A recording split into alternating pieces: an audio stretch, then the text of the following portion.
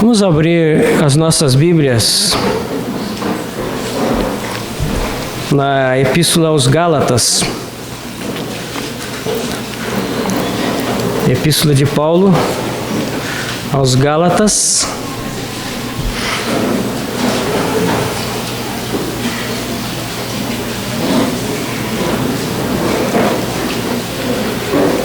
Vamos ler a última palavra do versículo 15 e a primeira parte do versículo 16. Gálatas, capítulo 1, parte final do versículo 15 e inicial do versículo 16. Somente o termo, irmãos. Aprove revelar seu Filho em mim. Capítulo 2 da mesma epístola, versículos 19 e 20. Também só uma pequena parte. Estou crucificado com Cristo, já não sou eu quem vive, mas Cristo vive em mim. E finalmente no capítulo 4, versículo 19, a parte final também. Até ser Cristo formado em vós. Vamos ter assentados mesmo uma palavra de oração. Senhor amado, nós abrimos a Tua palavra. Nós lemos esses trechos da Tua palavra eterna. Pedimos que agora o Teu Espírito Santo possa soprar sobre a Escritura, possa abrir a Tua palavra para cada um de nós. Senhor, Tu conheces a necessidade de cada um de nós, à luz do Teu eterno propósito. Então, Senhor, abre os olhos do nosso coração e desperta os nossos espíritos para que possamos receber de Ti e caminhar para Ti. Senhor, encomendamos esses momentos nas Tuas mãos. Senhor, nós estamos todos aqui reunidos, muitos filhos Teus. Senhor, não permite que nada venha fazer com que esses momentos sejam desperdiçados. Nós precisamos ouvir a Tua voz. Nós queremos ouvir a Ti. Tu prometeste, Senhor, que onde 2 ou 3 estivessem reunidos em Teu nome, ali Tu estarias no meio deles. Senhor, nós queremos reconhecer a Tua presença agora. Nós não queremos ouvir a voz de homens. Nós não queremos sentir a presença de homens. Nós queremos ouvir a Ti, Senhor. Fala conosco, por meio do Teu Espírito Santo, por causa do sangue de Jesus que foi derramado. Fala conosco, Senhor. Nós queremos Te ouvir e pedimos isso no nome precioso do nosso Senhor. Amém. Até ser Cristo formado em vós. Essa pequena expressão, que é o tema do nosso encontro, irmãos, ela é uma expressão maravilhosa. Nosso irmão Claudimir falou sobre o problema que nós temos nos nossos dias, que nós não somos mais capazes de meditar, de nos aquietarmos diante do Senhor. Nós vivemos cada dia mais uma vida em alta velocidade. Nós chegamos a não ter paciência nem para abrir os nossos computadores e telefones celulares. Nós queremos tudo instantâneo, tudo imediato. Nós saltamos de uma coisa para outra rapidamente. E nos nossos dias parece que nós perdemos a capacidade de nos aquietar. E aqui nós vemos essa pequena expressão, é um pedaço de um versículo. Até Cristo ser formado em vós. Há um universo de propósito, de significado nessa expressão. Essa expressão faz parte desse evangelho que Paulo defende de forma tão intensa nessa epístola aos Gálatas. Esse evangelho, ele é algo muito sublime, muito grandioso. E meus irmãos, como ele é muito sublime e grandioso, ele exige que nós nos detenhamos, que nós nos aquietemos diante dele para nós podermos compreendê-lo. Senão nós vamos perder a sua sublimidade. O que é o evangelho? Cristo formado em vós. O evangelho de Deus, como o nosso irmão falou aqui, ele não é uma reforma do ser humano, ele não é uma melhoria do ser humano, ele não é acrescentar algumas qualidades, corrigir alguns defeitos e seguir adiante. Não, irmãos. Eu lembro quando eu era adolescente, a gente ouvia que os escoteiros tinham aquela regra, né, que precisava fazer uma boa ação por dia. E muitas vezes nós transformamos o cristianismo numa coisa desse tipo. Fazer boas ações, praticar boas obras, ter boas intenções. E nós vemos que em muitos ambientes assim chamados do cristianismo, essas coisas são tratadas como sérias. O evangelho é muito mais do que isso. O evangelho é Cristo formado em nós. Meus irmãos, que maravilha! Uma espécie arruinada, no pecado, na miséria. Uma espécie destruída, apartada de Deus, expulsa do jardim de Deus, expulsa dos propósitos de Deus, apartada da árvore da vida. No entanto, por causa do seu grande amor, o Senhor toma essa criatura arruinada e se propõe a formar Cristo nela. Esse é o propósito de Deus. Eu espero que o Senhor possa deixar claro as implicações que isso tem para nós. As consequências que esse propósito traz para nós. Meus irmãos, a vida cristã muitas vezes ela é transformada numa coisa sombria. Nós pensamos assim, eu sou muito ruim, muito mal. E é mesmo. Mas nós só olhamos para isso, nós só olhamos para a nossa miséria, para o nosso pecado, e ficamos pensando que a cruz, sim, eu preciso da cruz, eu tenho mais é que tomar a cruz todo dia porque eu sou tão ruim mesmo, né? E nós, embora isso seja verdade, nós sejamos muito ruins mesmo, né? E precisamos da cruz por causa disso, mas irmãos, tem um propósito positivo por trás disso, um propósito glorioso e maravilhoso.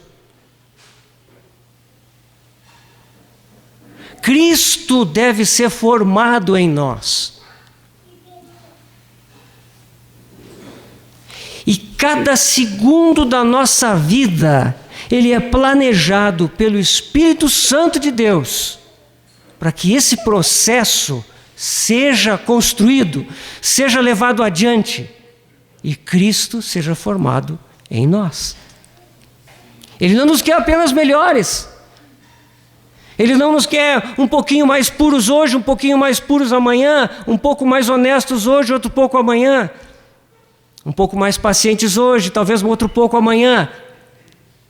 Ele quer, dia a dia, construir Cristo nas nossas vidas.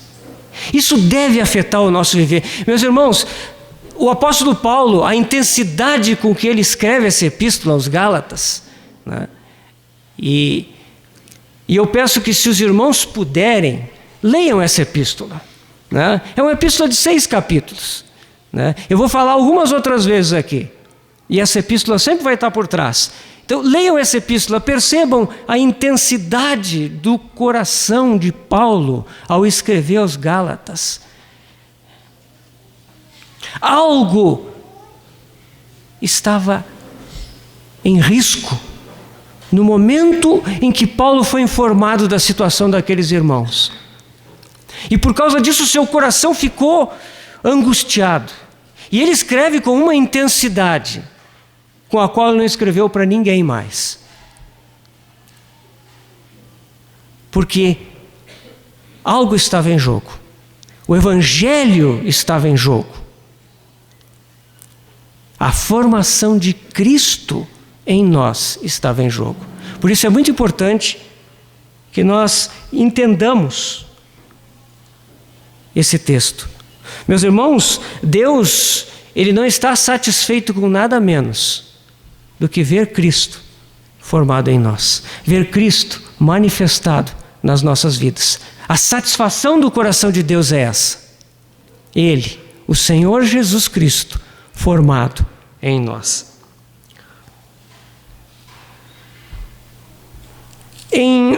No Evangelho de Mateus 3,17, capítulo 3 de Mateus, versículo 17, nós vemos uma manifestação do Pai em relação ao seu Filho. Ali a palavra de Deus nos diz: e eis uma voz dos céus que dizia: este é o meu Filho amado, em quem me comprazo. Eis o meu Filho amado, em quem eu tenho prazer. Comprazo, eu tenho prazer, eu tenho satisfação. Essa expressão está em Mateus 3,17, também está em Marcos 1,11, Lucas 3,22. O Espírito Santo 3 vezes registra nos Evangelhos essa expressão de satisfação do Pai em relação ao seu Filho. Meus irmãos, por que Deus diz isso no momento em que o Senhor Jesus desce as águas do batismo? Nós sabemos que Ele diz isso porque Ele estava satisfeito com o seu Filho, que tinha por volta de 30 anos. E Ele está dizendo ali que Ele está plenamente satisfeito com o seu Filho, que Ele teve, até aquele momento, Ele teve pleno prazer e satisfação na vida do Senhor Jesus, como homem, como Deus encarnado. Sim, mas por que Ele diz isso publicamente? De maneira que os evangelistas puderam registrar. Porque Deus deseja, Deus tem no seu coração, irmãos, um desejo de satisfação e prazer. Todos nós fomos criados assim. Todos nós gostamos de ver coisas belas, de experimentar coisas agradáveis. E isso faz parte de algo que foi embutido na nossa criação. A imagem e semelhança de Deus. Deus deseja encontrar satisfação no universo que Ele mesmo fez. Ele tem esse desejo. E ali naquele momento, Ele deseja que todos saibam, aqueles que estão ali, naquela cena, João Batista, seus seguidores, muitas pessoas ouvindo a sua pregação, o Senhor Jesus vem batizar-se junto com outros. E naquele momento a voz do céu vem e diz: eis o meu Filho amado, em quem me comprazo. Este é o meu Filho, nele eu tenho prazer. Deus está nos dizendo o que o agrada. Deus está nos dando uma régua pela qual Ele mede todas as coisas. É o seu Filho. Deus quer nos dizer: vejam, este é aquele que é a satisfação do meu coração.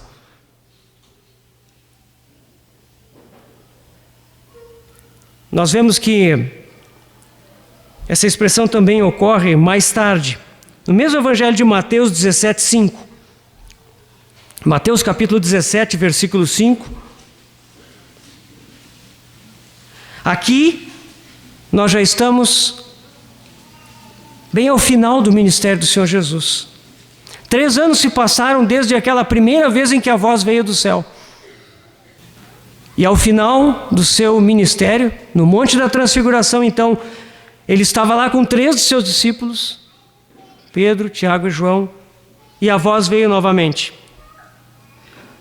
Falava ele ainda, Pedro, né? Quando uma nuvem luminosa os envolveu, e eis vindo da nuvem uma voz que dizia: Este é o meu Filho amado, em quem me comprazo. A ele ouvi. De novo, o Senhor Jesus afirma, o Deus Pai afirma do Senhor Jesus: meu Filho amado, em quem eu tenho prazer. E ele acrescenta: a ele ouvi. Novamente nós vemos o Pai expressar aquilo que ele aprecia, dizendo isso publicamente para que nós ouçamos o que lhe dá prazer, o que lhe dá satisfação. Não é que nós façamos coisas boas, que nós sejamos hoje melhor do que ontem, mas é que ele veja o seu Filho em nós. Seu Filho lhe dá prazer, e por isso o desejo do Pai e a obra do Espírito Santo sempre vai ter essa direção: formar Cristo em nós. Convém que ele cresça e que eu diminua.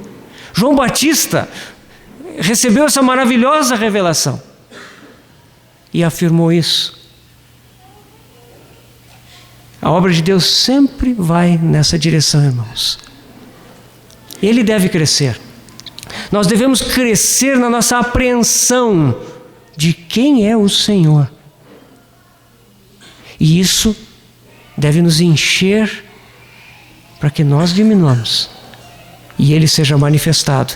E quando Ele é manifestado na nossa vida, o Pai se satisfaz.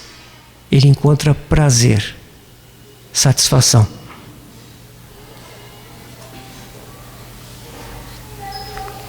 O apóstolo Pedro, na sua segunda epístola, 2 Pedro 1,17, ele repete, nós vimos aqui que 3 vezes é apresentado esse atestado de satisfação do Pai em relação ao Filho, no início do seu ministério. Uma vez é dito em Mateus, ao final do seu ministério.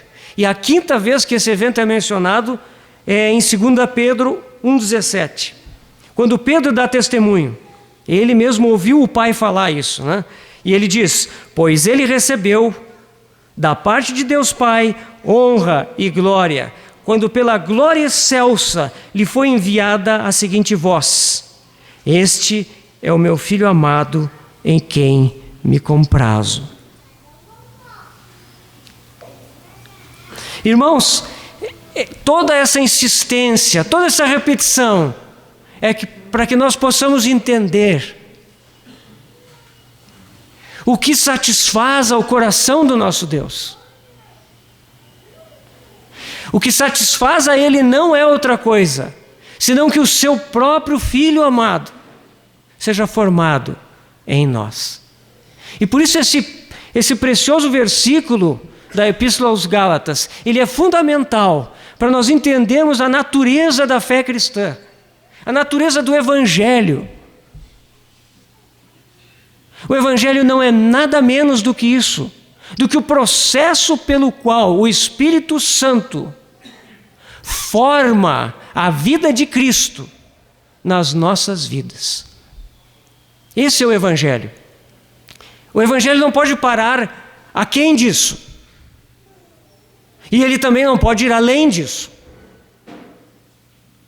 Nós vemos Paulo lidando com muitas situações. Por exemplo, na igreja em Corinto, aqueles irmãos lá de Corinto, eles andavam na carne. Eles tinham problemas morais, problemas de comportamento. A fé deles no Senhor, ela estava aquém da experiência que deveria estar. E Paulo os chama à realidade. Mas aqui na Galácia é algo diferente, irmãos. Aqueles irmãos gálatas, eles eram muito sérios. Eles queriam crescer no Senhor. Eles queriam avançar. E eles foram além do que deviam. Lá em Gálatas 1, 2 vezes, Paulo fala, o nosso irmão Claudimir ressaltou isso, né? 2 vezes, se alguém vos pregar evangelho que vá além do que vos temos pregado, seja anátema. Outra vez vos digo, é repetido. Eles foram além, eles ultrapassaram os limites, e eles acrescentaram coisas ao evangelho de Deus. Como se dissessem, essa história de Cristo é tudo, cristocêntricos, isso é muito abstrato, isso é poético, mas nós temos que fazer alguma coisa. Nós precisamos demonstrar que nós estamos crescendo, que nós somos maduros. E hoje em dia, meus irmãos, esse é um problema na igreja de Deus. Por isso, nós precisamos voltar para a simplicidade dessa afirmação. Cristo formado em vós. O Evangelho é a formação da pessoa de Cristo pelo Espírito Santo no nosso interior. Esse é o Evangelho de Deus.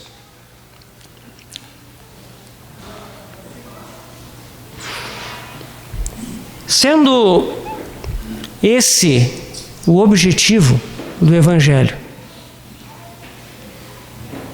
é muito importante que nós conheçamos o Senhor. Quando eu falo em conhecer o Senhor, irmãos, até parece assim que eu estou dizendo que talvez hajam muitos aqui que não conheçam o Senhor. Todos nós conhecemos o Senhor. Se alguém não conhece o Senhor aqui, fale com algum dos irmãos que já conhecem o Senhor aqui para conhecê-lo. Mas todos nós conhecemos o Senhor, de alguma forma. Nós o conhecemos como nosso Salvador. Nós o conhecemos como aquele que nos abençoa. Nós o conhecemos como aquele que nos deu a vida eterna. Mas, irmãos, nós precisamos conhecer a pessoa do Senhor de uma forma muito clara.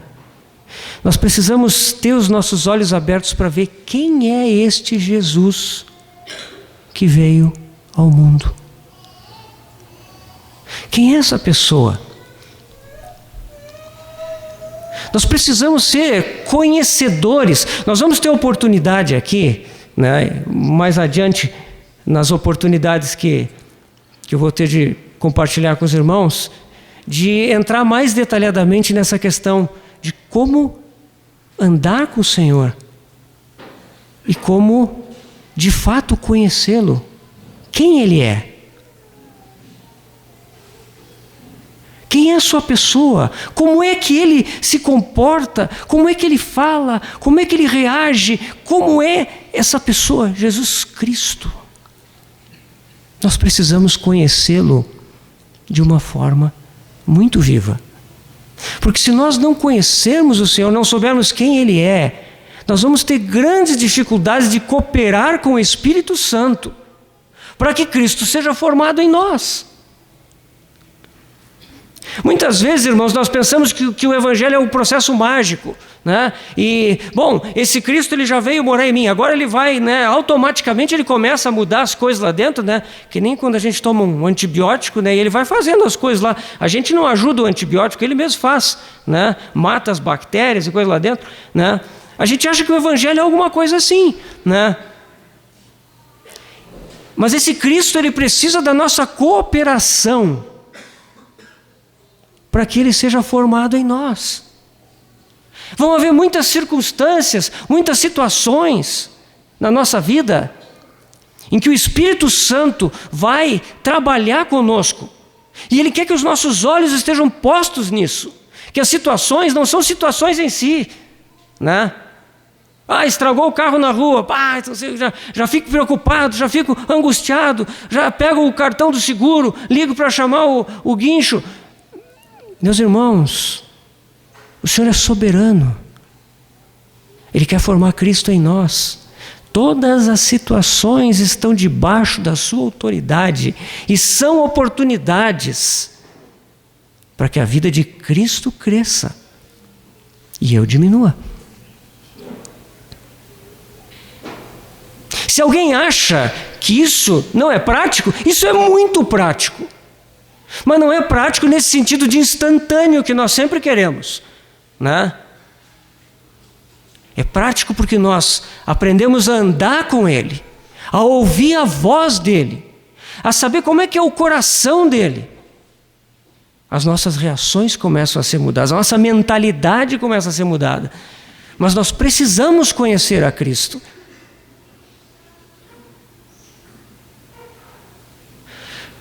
Se nós olharmos, meus irmãos, as situações que o Senhor Jesus vivenciou com seus familiares, a sua mãe, seus irmãos, com seus discípulos, com as pessoas ao seu redor, nós vamos ver como isso é precioso.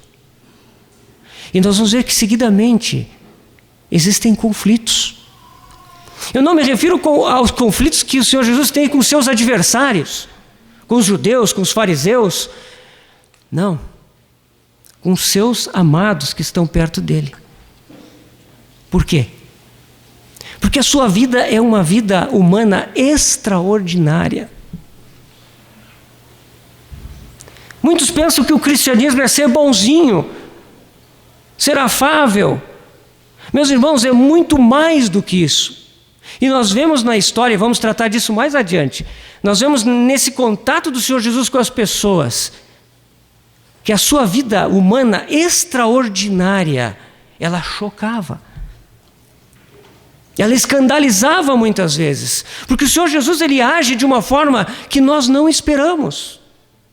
E às vezes, diante das situações da vida que nós estamos enfrentando, nós não estamos preparados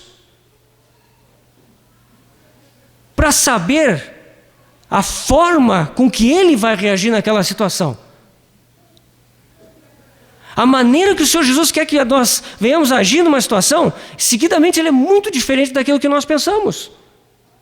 E às vezes nós pensamos, Senhor, mas está na Bíblia que é assim. Mas ele age diferente.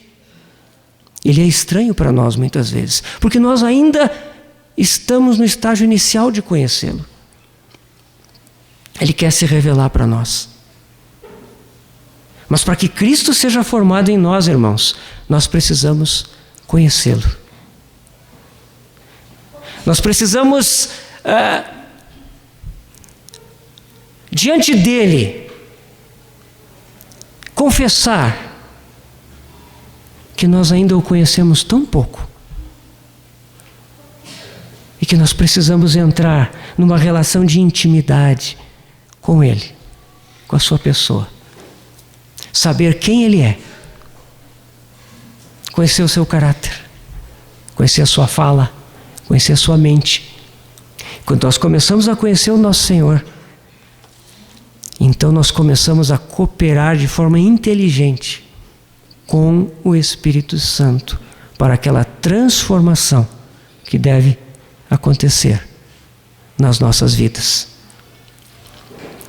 Cristo formado em nós. Como é importante que nós o conheçamos.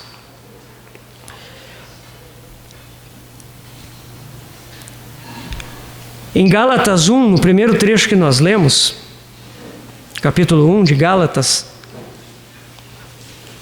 versículo 15 a 16, Paulo nos diz: quando, porém, ao que me separou antes de eu nascer e me chamou pela sua graça, aprouve revelar seu Filho em mim. Eu só chamo a atenção, irmãos, que é importante nós percebermos o texto. O que o texto da palavra de Deus está nos dizendo? Aprove a Deus revelar o seu Filho a mim. Isso seria fácil para nós entendermos, né?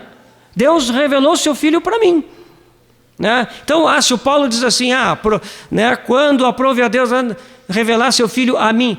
Entendi. Né? Lá na estrada de Damasco, os céus se abriram e o apóstolo Paulo viu ao Senhor Jesus. Mas ele não diz isso. Ele diz em mim. E aqui, essa epístola, ela está muito carregada com essa questão de que a fé cristã, o Evangelho de Deus, é algo interior. Não é uma mera revelação externa. Claro que existem os aspectos externos da revelação. Para nós termos revelação, nós precisamos, por exemplo, ler a palavra de Deus. Né?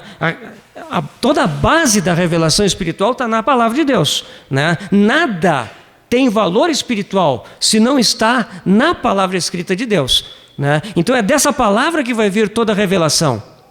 Mas a revelação do Filho de Deus, ela vai além disso. O Filho deve ser revelado em nós. Aprove a Deus que Cristo fosse revelado em Paulo, na sua vida.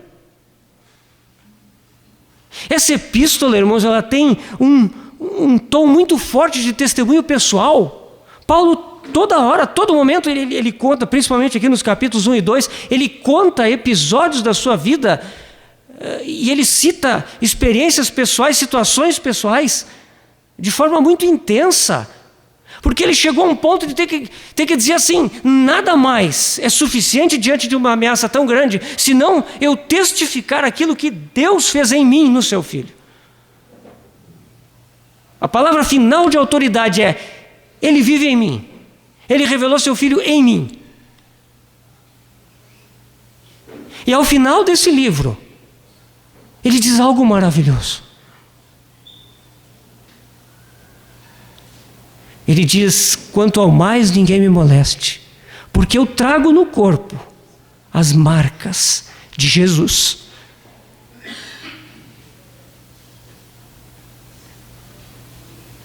Certamente, Paulo está falando aqui de marcas físicas. As marcas de Jesus. Aqui não é Cristo, é Jesus, é a humanidade. Ao final dessa carta, Paulo pode testificar que até mesmo o seu corpo, seu espírito e sua alma, mas também o seu corpo, tem as marcas daquele que foi formado em Paulo. Que belo testemunho, irmãos. E que assim seja conosco. Que nós possamos não somente conhecer o nosso Senhor no nosso espírito, mas que a nossa alma, o nosso pensar, o nosso sentir, o nosso querer, sejam cheios dele. E que ao final, o nosso próprio corpo possa ser testemunha. As marcas de Jesus estejam firmemente estabelecidas em nós. Que bênção! Que esse é o objetivo, é o desejo do Senhor para fazer com as nossas vidas. Gálatas 1,15 diz: aprouve revelar seu Filho em mim. É muito interessante, 1,24, Paulo está dando seu testemunho a respeito da sua conversão e de como os judeus falavam a respeito disso. A minha tradução, ela diz assim, no versículo 24 do capítulo 1, diz assim, e glorificavam a Deus a meu respeito. Né? Essa tradução atualizada, ela não é correta, porque o correto aqui, glorificavam a Deus em mim. De novo esse tema do em mim. Aprove a Deus revelar seu Filho em mim. Aqui de novo glorificavam a Deus em mim. É algo muito interior. E por fim, no 19 e 20, no capítulo 2, versículos 19 e 20, quando Paulo diz: porque eu, mediante a própria lei, morri para a lei, a fim de viver para Deus. Estou crucificado com Cristo. Logo, já não sou eu quem vive, mas Cristo vive em mim. Irmãos, Cristo vive em mim. É por isso que Cristo pode ser formado em nós, porque Ele vive em mim. A formação de Cristo, ela não é um esforço humano, ela não é um empreendimento da nossa parte que constrói a imagem de Cristo em nós. Mas existe uma vida que nos foi dada. Essa vida, ela tem a sua própria dinâmica, o seu próprio mover. Essa vida quer se manifestar em nós.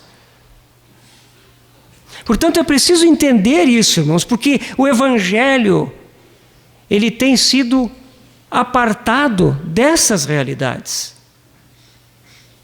Os irmãos não precisam abrir se não quiserem, mas lá em Apocalipse, no capítulo 3, vocês sabem que Apocalipse 2 e 3 tem aquelas 7 igrejas, né? João escreve as 7 igrejas da Ásia, né? Da Ásia Menor.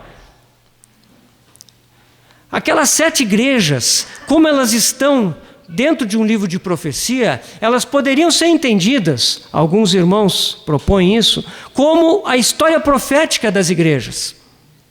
Se nós tomarmos assim, a última das igrejas é a que corresponde aos últimos tempos, que são os tempos que nós vivemos, os tempos antes da vinda do Senhor. A última igreja é a igreja de Laodiceia. E essa igreja, meus irmãos, nós sabemos a história dessa igreja, uma igreja orgulhosa, né? Porque ela é um produto da igreja anterior, a igreja de Filadélfia, que foi uma igreja vencedora, uma igreja cheia do Senhor, mas as gerações se passaram e aquela riqueza se tornou em orgulho, se tornou em vaidade. Não preciso de coisa alguma, já sou rica e abastada. A gente não diz isso, mas a gente no coração pensa assim. Eu tenho a visão, eu sei como é que é a igreja. Nós não falamos isso como eu estou falando aqui, irmãos, mas no nosso coração nós temos isso. Nós pensamos os outros são crentes de segunda categoria. Nós julgamos os nossos irmãos. Nós temos esse tipo de atitude. Essa é uma atitude de Laodiceia. E meus irmãos, o fato mais grave até não é esse. É que se nós vamos adiante, e aí eu acho que nós temos que abrir, porque é preciso ler a palavra mesmo. Apocalipse 3, o texto de Laodiceia começa no versículo 14. Aqui nós vemos que a igreja diz: estou rico e abastado, e não preciso de coisa alguma, e nem sabes que tu és infeliz, miserável, pobre, cego e nu. Mas a principal coisa, irmãos, que eu queria salientar aqui é o versículo 20. Nós sabemos que quem está falando aqui é o Senhor. É o Senhor Jesus que está falando às igrejas.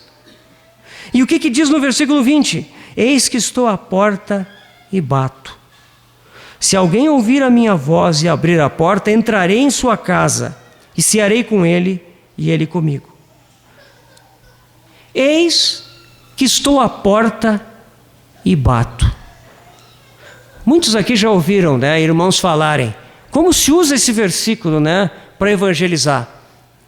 Então às vezes tem aqueles cultos, né, que o pregador prega o evangelho e aí o músico começa a tocar, né, os músicos começam a tocar aquele cântico mais, né, dramático, assim, mais para criar aquela atmosfera.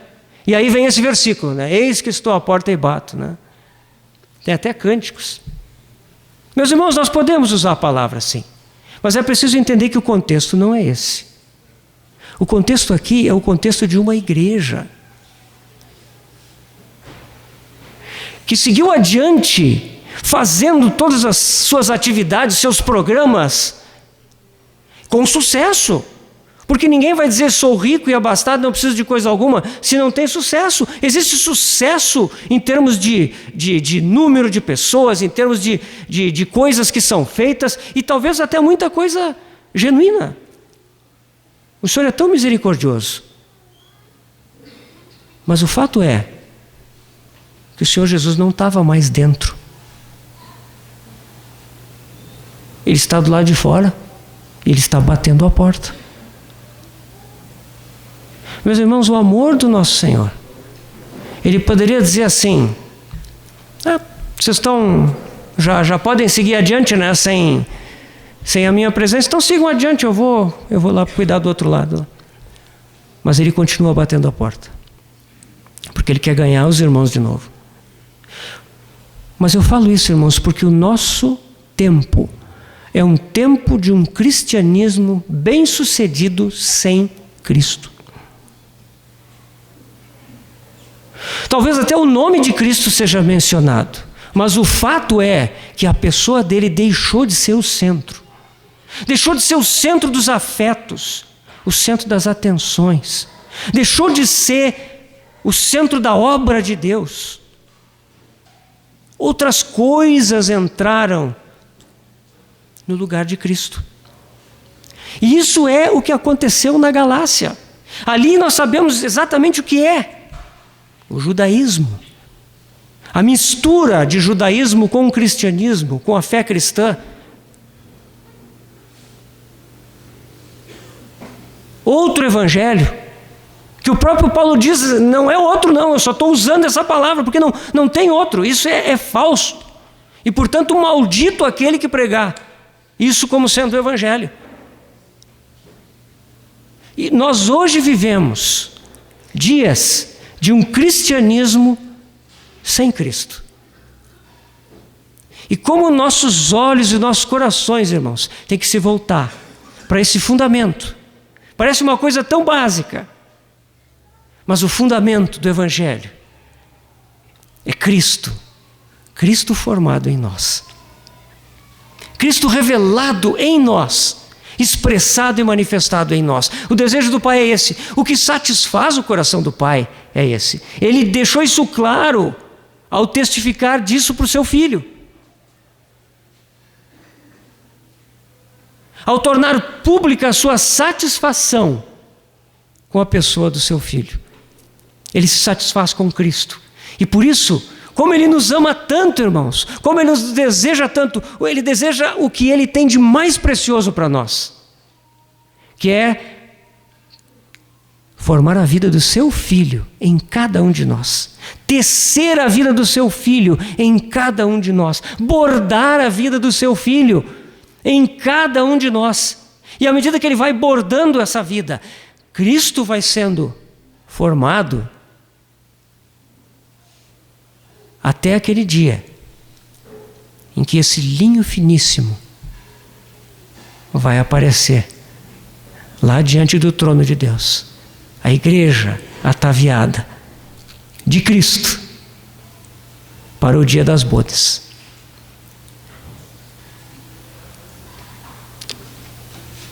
O Espírito Santo, o Evangelho de João, ele várias vezes fala a respeito do ministério do Espírito Santo. Nós muitas vezes pensamos no Espírito Santo como um poder. Poder para nos capacitar para fazer coisas. Com uma energia. Meus irmãos, o ministério do Espírito Santo é inteiramente focado em formar Cristo em nós. No Evangelho de João 14, 26, lá diz que Ele vos fará lembrar de tudo o que vos tenho dito. O Espírito Santo tem como propósito nos lembrar tudo o que o Senhor Jesus disse aqui na terra. Ele quer lembrar a palavra de Deus para cada um de nós. a respeito de Cristo. João 15, 26, o Senhor está falando do Consolador e Ele diz assim: esse vos dará testemunho de mim. João 16, versículos de 13 a 14, o Senhor Jesus diz assim: Ele não falará por si mesmo, Ele me glorificará, porque há de receber do que é meu e vou-lo-á de anunciar. Meus irmãos, vocês percebem? O ministério do Espírito Santo não é falar de si próprio, não é chamar atenção sobre si próprio, mas quando nós nos achegamos ao Espírito Santo, Ele imediatamente traz Cristo. E toda a genuína obra do Espírito Santo, ela vai nessa direção. Cristo sendo revelado, Cristo sendo lembrado, Cristo sendo edificado. Esse é o ministério do Espírito Santo. Eu gostaria que nós olhássemos com alguma atenção o Evangelho de João no capítulo 3. Existe um episódio aqui no Evangelho de João que eu acho muito precioso, irmãos. Eu tenho um amor especial por esse Evangelho, confesso. E aqui em João 3, 1 a 8, tem o diálogo, que vai um pouco adiante, né? Mas os versículos de 1 a 8, tem um diálogo entre o Senhor Jesus e Nicodemos, que é um diálogo muito interessante. Nicodemos era um homem especial. Ele tinha um coração pelo Senhor. Então não julguemos assim o Nicodemos tão rápido, né, dizendo que o Senhor Jesus chegou, ele veio lá elogiar o Senhor Jesus, né, deu paulada nele. Não, não é bem assim. O Senhor Jesus tinha uma palavra apropriada. Ao menos na minha versão, a revista atualizada, está faltando no último versículo do capítulo 2, uma palavrinha. Que vários irmãos, né, o irmão Darby e o irmão Young, por exemplo, que têm traduções literais do grego do Novo Testamento, está faltando uma palavrinha aqui, falta um mas.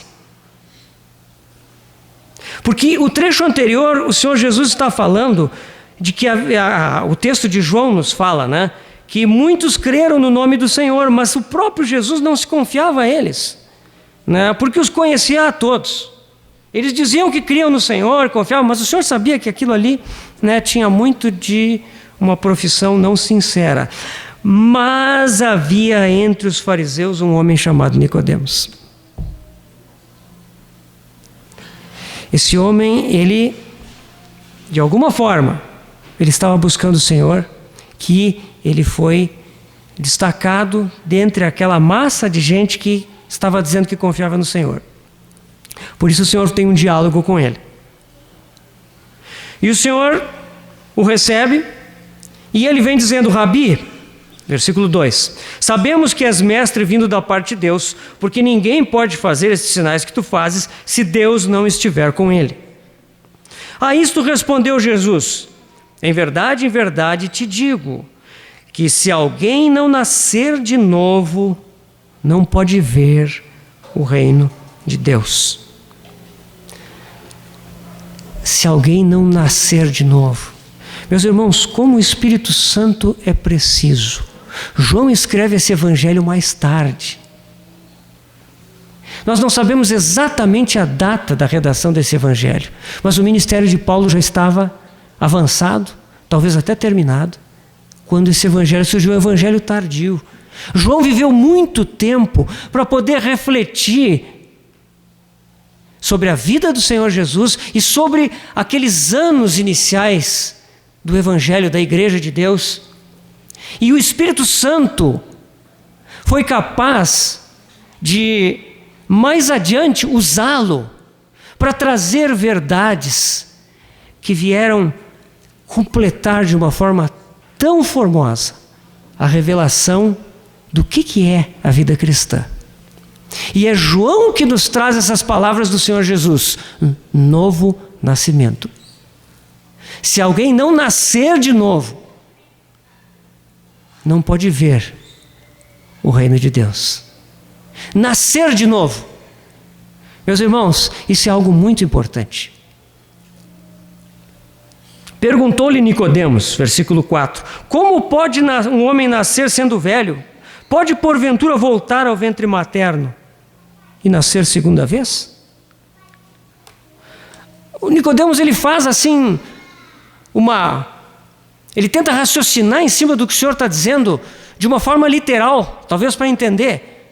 Como? Como assim? Eu sou velho, como eu vou nascer de novo? Como eu vou retornar ao ventre da minha mãe? É isso?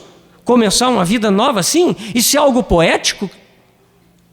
E o Senhor Jesus responde, em verdade te digo. Nicodemos certamente é uma pessoa especial. Ele 2 vezes recebe de Jesus essa afirmação, em verdade. O Senhor está dizendo algo muito importante aqui. Quem não nascer da água e do Espírito não pode entrar no reino de Deus. O que é nascido da carne é carne. O que é nascido do Espírito é Espírito. Não te admires de eu te dizer, importa-vos nascer de novo. Novo nascimento. Meus irmãos, todos nós sabemos o que é um nascimento, né? Tem bebezinhos pequenos aqui, eu sei. Tem mamães grávidas, famílias esperando, né? Nós sabemos o que é o nascimento natural. Nós todos um dia nascemos. Nós recebemos vida dos nossos pais. Viemos a esse mundo. Aprendemos a viver nesse mundo. Aprendemos a usar os nossos corpos físicos, as nossas mentes, né? A nossa vontade, o nosso coração. Nós nos acostumamos com a vida natural. Nós estamos acostumados a pensar, planejar, sentir, opinar.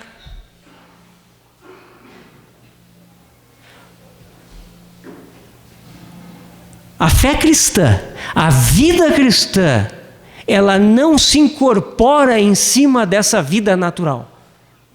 A fé cristã não é algo que eu acrescento a essa vida natural que eu recebi e com a qual eu aprendi a viver. A fé cristã é um novo nascimento. Entrou em nós, nos invadiu uma vida que nós não conhecíamos antes. Meus irmãos, isso parece básico, mas como nós precisamos, vez após vez, lembrar desses fatos fundamentais. Novo nascimento. Nós nascemos de novo, tem uma outra vida em nós.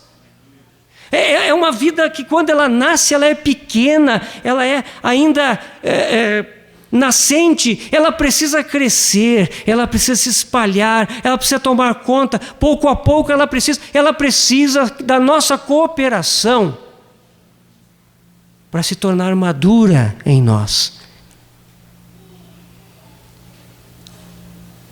Novo nascimento. Você já experimentou a realidade de que tem outra vida? Às vezes parece uma coisa de dupla personalidade, né? Mas na verdade, irmãos, é que existe uma vida em nós. Quando essa vida começa a crescer, começa a ficar claro o conflito com a vida velha. Meus irmãos, em nenhum lugar a Bíblia diz que o nosso velho homem ele é erradicado, ele é arrancado de nós. Pelo contrário, ele está lá. E se ele tiver oportunidade, ele vai se manifestar. Mas agora existe uma vida nova. Essa vida quer crescer em nós.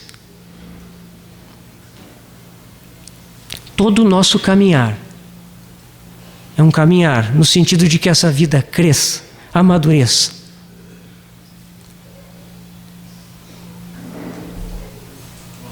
Versículo 8: o vento sopra onde quer, ouves a sua voz, mas não sabes de onde vem, nem para onde vai. Assim é todo o que é nascido do Espírito. O apóstolo Paulo fala em 1 Coríntios, lá no início, né? Que o homem natural ele não pode entender os caminhos de Deus porque eles se discernem espiritualmente. O apóstolo Paulo está, na verdade, trabalhando com essa verdade que o Senhor Jesus afirmou. O vento sopra onde quer. Não sabes de onde vem nem para onde vai. Assim é todo aquele que é nascido do Espírito. Meus irmãos, por que às vezes a gente não entende a atitude de certos cristãos que têm uma caminhada já com o Senhor? Porque eles são movidos pelo Espírito de uma forma que nós não entendemos. O vento sopra onde quer. Quem não conhece as leis do Espírito, quem não conhece nem não tem experiência com a operação do Espírito, não vai entender. Mas existe em nós uma vida, e essa vida quer nos levar a viver segundo a sua dinâmica, a sua movimentação em nós. Mas nós somos muito duros, muito resistentes. E por isso há um conflito. Por isso Romanos fala do pendor da carne e do pendor do espírito, ou da mente da carne, da mente do espírito. Está lá em Romanos 8, né? A carne tem uma mente. A nossa velha vida tem uma mentalidade que lhe é própria. Nós trouxemos essa mentalidade da nossa caminhada antes de nascermos de novo. E essa mentalidade, ela está aí fora, ela nos cerca, ela está na mídia, nos meios de comunicação, nos jornais, nas pessoas com quem nós convivemos. Essa mentalidade está aí. É a mente da carne, o pendor da carne. Mas esse Espírito que habita em nós, ele tem o seu pendor, a sua mente, e ele quer que nós sejamos transformados, segundo essa mente. Lá em Gálatas, Paulo usa outro termo para falar de espírito e da carne, né? Ele fala a carne milita, né? Na verdade ali é cobiça, né? É um desejo intenso. A carne tem o seu desejo intenso, a sua cobiça. O espírito também tem. Nós já descobrimos isso na nossa experiência, irmãos. Essa experiência de entender essas coisas, que há duas vidas que desejam nos controlar em nós. Isso é que nos leva para frente no caminhar com o Senhor. Novo nascimento, uma vida nova, uma vida pelo Espírito Santo. E esse Espírito, segundo Gálatas 4:6, é o Espírito de seu Filho. A vida que o Espírito veio trazer para nós é a vida de Cristo. E é por isso que ele pode ser formado em nós. Existe, meus irmãos, uma coisa maravilhosa nas Escrituras, uma duplicidade, uma coisa que é uma aparente contradição, né? Nós lemos alguns versículos das Escrituras que falam de Cristo em nós. Cristo está dentro de nós, e nós sabemos disso, né? Por exemplo, Efésios 3,17, né? Lá em Efésios 3,17 diz: e assim habite Cristo nos vossos corações. Tá? Na própria Epístola aos Gálatas 2,20, Paulo nos diz: já não sou eu quem vive, mas Cristo vive em mim, né? Então, por um lado, a Escritura nos diz: Cristo está em mim. A vida de Cristo está no meu interior. Mas, por outro lado, nós lemos lá em Hebreus 12, 1-2, quando o autor de Hebreus nos fala para correr com perseverança a carreira que nos está proposta, olhando firmemente para o autor e consumador da fé, Jesus. Então, como é que eu vou fazer isso? Eu vou olhar para dentro? Olhar para Jesus, contemplá-lo, mas ele habita em mim. Lá em Apocalipse 12, 14:4, fala que dos vencedores, né, que eles são seguidores do Cordeiro onde quer que vá, eles seguem o Cordeiro. Parece que tem uma contradição, né, irmãos? Mas na verdade são as duas coisas. As duas coisas, irmãos. Cristo está em nós pelo seu Espírito. A vida que nós temos aqui é a vida de Cristo. Não é outra vida. E por causa disso é que Ele vai ser formado em nós. Mas por outro lado, para que nós cooperemos com essa vida que está em nós, nós precisamos tê-lo diante dos nossos olhos. Nós precisamos olhar o autor e consumador da fé. Nós precisamos olhar Ele exaltado, à destra do Pai. O nosso sumo sacerdote, que nos chama para nos achegarmos a Ele com intrepidez. As duas coisas caracterizam o cristão. Por um lado, há uma vida, a vida de Cristo, dentro de nós. Por outro lado, nós precisamos vê-lo com os nossos olhos do coração. E é por isso, irmãos, que nós precisamos, em relação a Cristo, de um conhecimento objetivo e de uma experiência subjetiva. O conhecimento objetivo, ele nos é dado pela palavra de Deus. E aqui, meus irmãos, aquilo que foi falado na mensagem anterior é muito importante. Nós precisamos que essa palavra habite em nós ricamente. Nós precisamos das Escrituras. Precisamos ler, precisamos estudar, meditar nelas, memorizá-las. Nós precisamos, por todos os modos e de todos os meios, fazer com que ela habite ricamente em nós. Lá em Lucas 24, quando os discípulos de Emaús estão indo embora, muito desanimados, o Senhor Jesus se junta a eles, ressurreto, sem ser reconhecido, e começa a falar com eles. E eles expressam o seu desânimo, a sua expectativa de que Ele haveria de restaurar o reino a Israel, mas agora já faziam 3 dias que Ele havia morrido. E o Senhor Jesus os repreende, dizendo que eles são nécios e tardos de coração em não atentarem tudo que a Escritura lhes havia dito. E aí ele começa explanando. Vamos ler lá, eu não gosto de... Lucas 24, versículo 27. E começando por Moisés, discorrendo por todos os profetas, expunha-lhes o que a seu respeito constava em todas as Escrituras. Meus irmãos, a gente pode pensar assim, bom, eu preciso conhecer a Cristo, então eu tenho que estudar os Evangelhos, ler os Evangelhos. Sem dúvida, os Evangelhos nos mostram de uma forma mais imediata, mais literal. Mas toda a Escritura tem como tema a pessoa do Senhor Jesus. E se nós crermos nisso e formos a essas Escrituras, Ele vai aparecer. Ele vai se revelar. Por isso, todo o conhecimento objetivo de Cristo, ele vem da palavra de Deus. Como nós precisamos separar tempo para estar diante da palavra de Deus. Porque essa vai ser a matéria-prima que o Espírito Santo vai usar para nos levar à experiência subjetiva.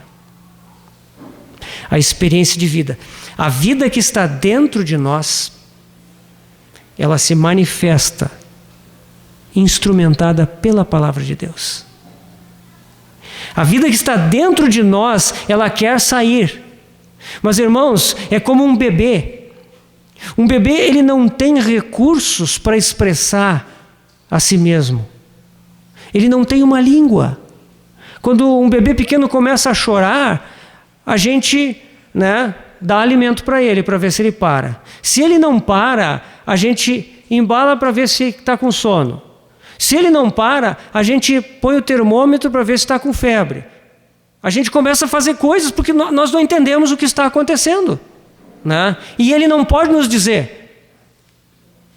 Ele não tem condições, ele não tem um instrumento que é a linguagem para expressar aquilo que está acontecendo, para que a gente tome uma providência. Nós somos bebês espirituais, irmãos, se nós não temos a palavra de Deus habitando em nós.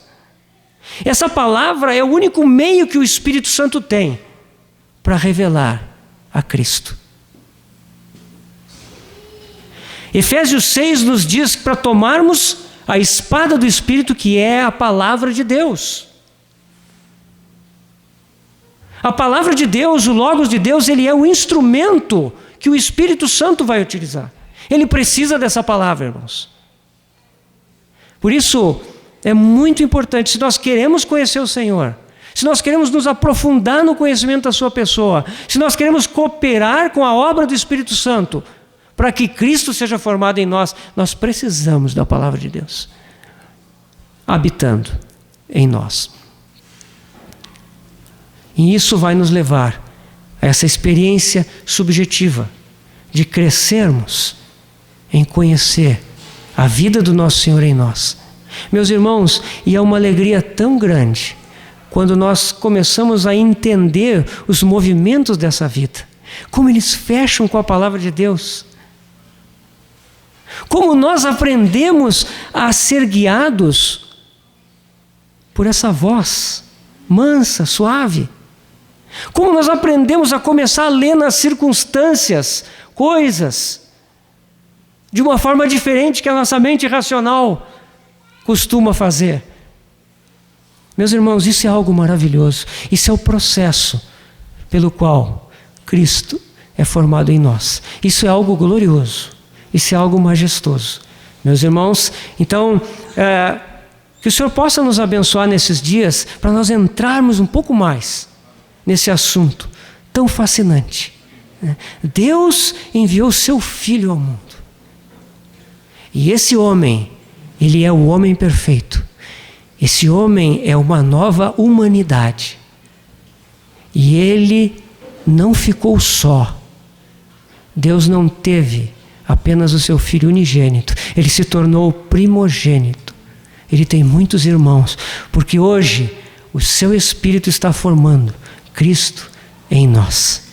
Essa é a nossa glória, caminhar nessa terra, cooperando com o Espírito Santo, para que Cristo seja formado em nós, seja manifestado em nós.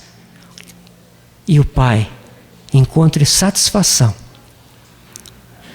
nas nossas vidas e na sua igreja. Vamos orar.